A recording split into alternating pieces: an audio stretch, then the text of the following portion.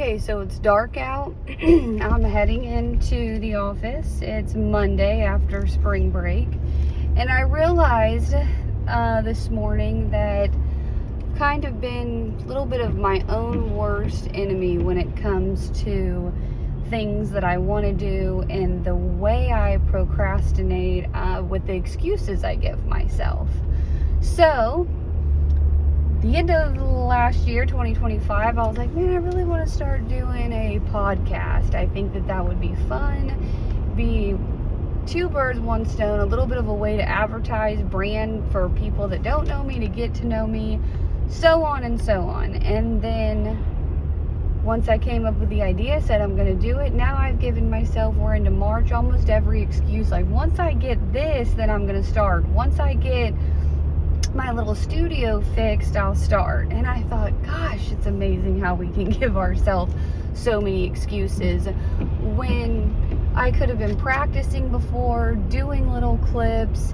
Not everything needs perfection to get started. So here I am. I think it's like the 23rd, I don't know, March, but I'm doing this. I'm going to post this video regardless on my YouTube channel, aka like little podcast setup. And so I'm going to start with what I think is some valuable information. I think what I just said is pretty valuable because how many of us already do that? But beyond that, in November of 2025, I decided to pick one habit that I felt would hopefully change my momentum in everything I did. And that one habit that I personally picked, that I'm sharing because I've noticed it having the biggest difference, is I stopped scrolling through social media before I got out of bed in the morning. It was actually quite amazing how when I first started this, I didn't even realize what a habit it was that needed to be broken, because even though I told myself I'm not going to do that, I would wake up and it would be like a reminder. Like, I had to intentionally focus on not opening these apps.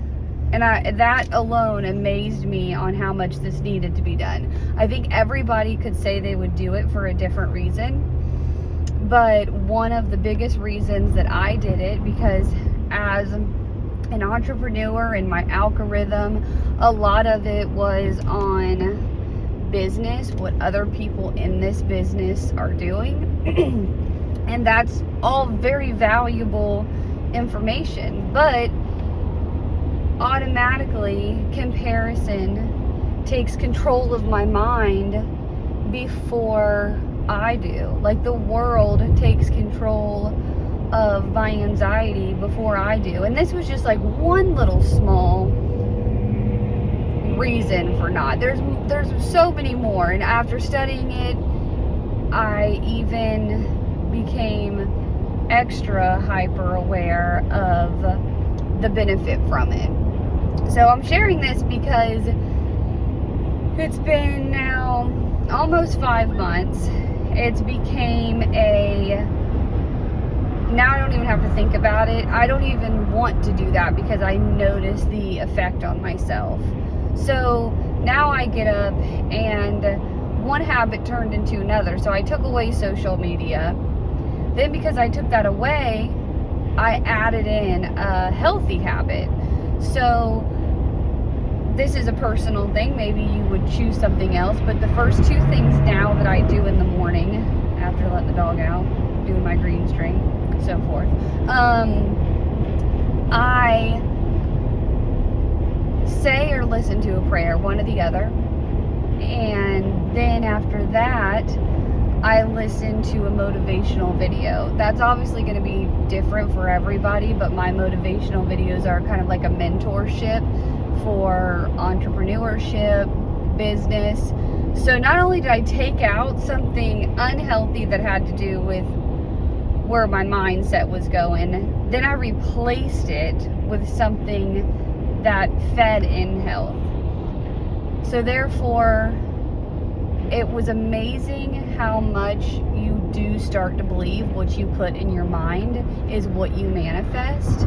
The power that you give your mind is so huge.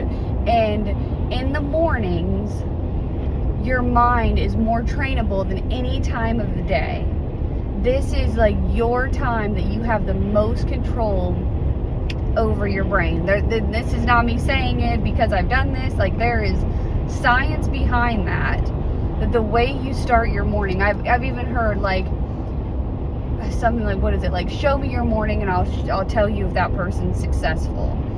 I truthfully believe in that. Not because everybody that, you know, listens to motivational words or that doesn't scroll through social media is a successful person, but it is a habit. And after getting all the mentorship that I have, I think that there's so much more benefit to it than even I am talking about. But here's your sign.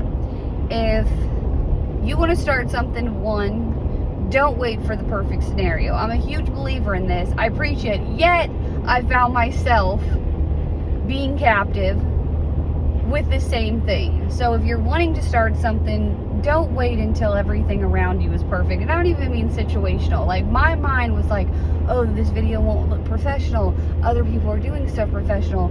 Wait until I get the right headset. Wait until the background is right. I mean, you name it, my brain was saying it. Even if it was subconsciously, it was still saying it, was feeding into it, and it held me back months.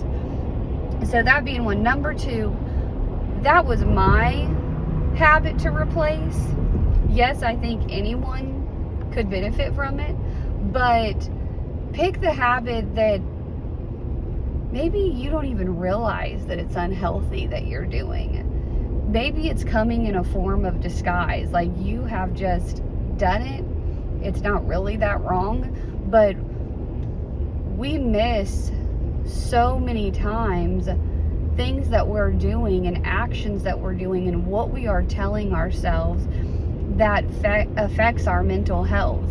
And sometimes just changing that one habit. Like, I didn't look at social media as unhealthy, but just by taking it away first thing in the mornings, I was like, wow, that was affecting me more than I realized. So anyways, this is going to be my first little short, I guess, little podcast, YouTube channel, realness.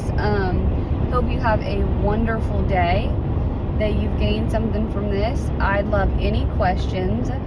I am a real estate broker for our brokerage here in Orlando, Florida. I'm very blessed with the people around me, but that is it's what I do.